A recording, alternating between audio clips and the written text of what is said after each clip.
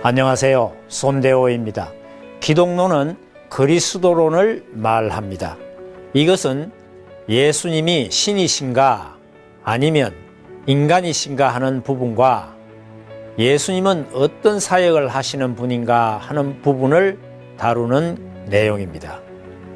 성서에서는 예수님이 누구신가, 어떤 사역을 하시는가 하는 것을 그 칭호를 통해서 다양하게 표현하고 있습니다. 메시아, 그리스도, 하나님의 어린 양, 랍비, 다윗의 자손, 로고스, 알파와 오메가, 임마누엘, 나사렛 예수, 후아담, 주, 하나님의 아들, 인자 등등이 있습니다. 이 시간에는 먼저 예수님이 신이신가 인간이신가 하는 부분을 창조 목적을 완성한 인간과 예수님이라는 주제로 살펴보겠습니다. 창조 목적을 완성한 인간과 그의 가치에 대해서는 통일 원리에서는 다음과 같이 요약해 놓았습니다. 첫째, 하나님과 완성한 인간을 이성성상적 관계로 보면 인간은 무형의 하나님을 닮아 그의 실체의 대상인 몸으로 창조되었으므로 하나님적인 가치를 가집니다. 천도교에서 주장하는 인내천은 이런 의미에서 타당한 것입니다.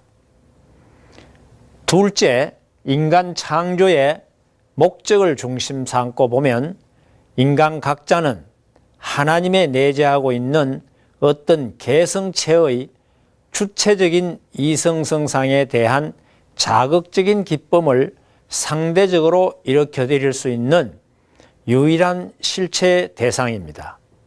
그 이성성상의 실체로서 전개된 개성체는 오직 그 사람밖에 없으므로 그런 인간은 우주에 있어서 유일무이한 가치를 지닌 존재가 되는 것입니다. 석가가 천상, 천하의 유아 독존이라고 말한 것은 이런 의미에서 타당한 표현입니다. 셋째, 인간과 피조 세계와의 관계로 보면 인간의 이성성상을 실체로 전개한 것이 피조 세계이므로 인간은 천주를 총합한 실체상이요 그 축소체입니다. 따라서 인간은 하나님과 피조물의 화동의 중심이요 매개체이며 우주의 중심이고 무형세계와 유형세계의 중심된 가치를 지닙니다. 이런 의미에서 인간을 우리는 소우주라고 표현합니다. 따라서 이러한 가치를 지닌 창조 목적을 완성한 인간은 하나님의 몸으로서 성전이며 하나님의 절대적 사랑의 상대자로서 하나님의 자녀, 곧 아들, 딸입니다. 예수님은 어떻습니까? 하나님의 구원섭리 역사의 제1차적 목적은 에덴 동산에서 잃어버린 생명나무를 복귀하는 것입니다. 그 완성된 아담으로부터 전 존재로 확대된 지상천국을 이루는 것이 복귀 섭리 역사이기 때문입니다. 그 생명나무로 오신 분이 바로 예수님이십니다. 따라서 예수님은 어디까지나 창조 목적을 완성한 인간으로 오신 분이신 것입니다. 예수님이 지니신 가치가 아무리 크다 하더라도 위에서 열거한 창조 이상을 완성한 인간의 가치 이상의 것을 가질 수는 없습니다. 예수님은 바로 이런 가치적 존재이십니다. 창조 목적을 완성한 남성이 곧 예수님이신 것입니다. 따라서 예수님은 신, 즉 하나님 자체가 아니라 완성한 인간이십니다. 그렇다고 결코 예수님을 비하하거나 격하하는 것이 아닙니다. 다만 창조 원리는 완성된 창조 본연의 인간의 가치를 예수님의 가치와 동등한 입장으로 끌어올리는 것뿐입니다.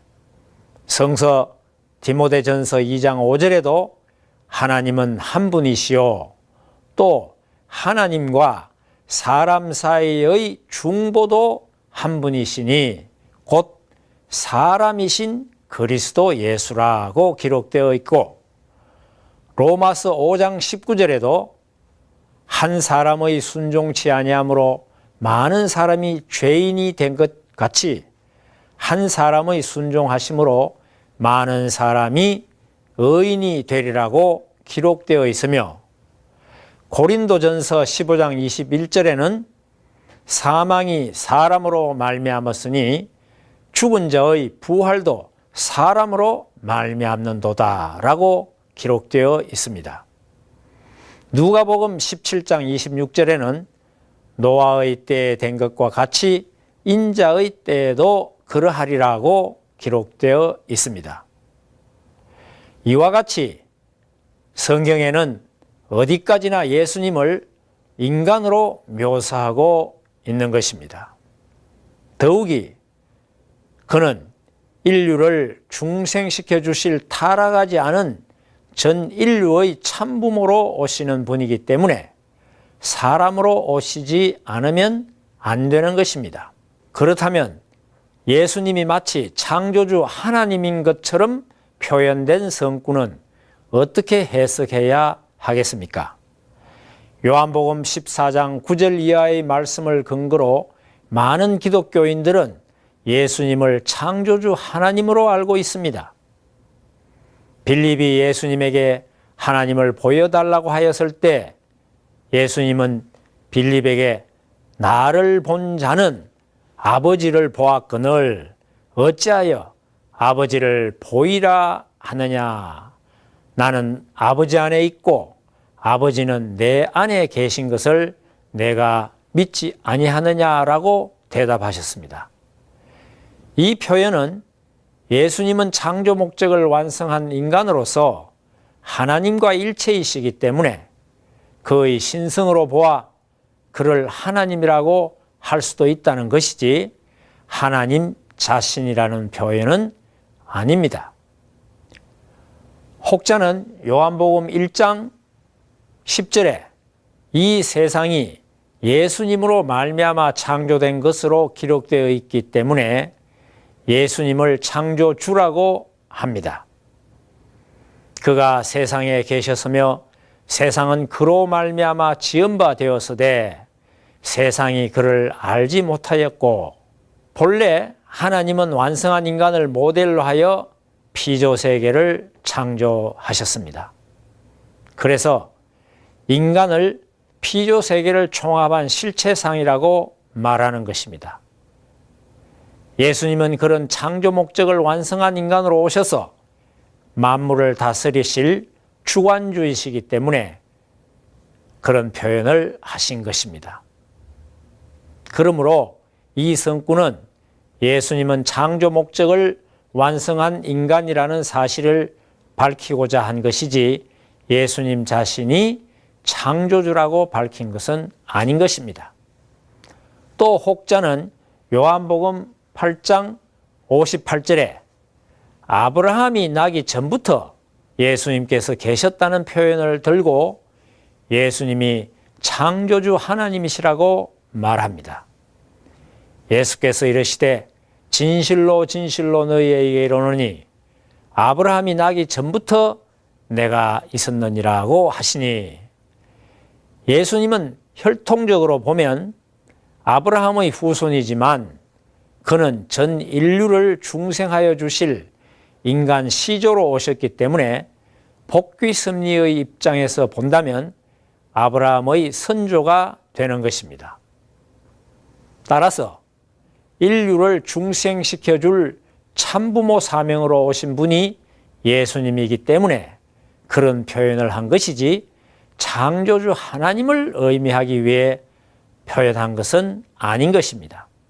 예수님은 하나님과 구별되게 겟셋마네 동산에서 십자가의 선잔을 피하게 해달라고 3차례나 하나님께 기도하신 분입니다.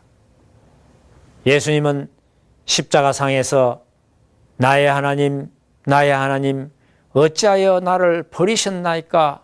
라고 부르짖었던 분입니다.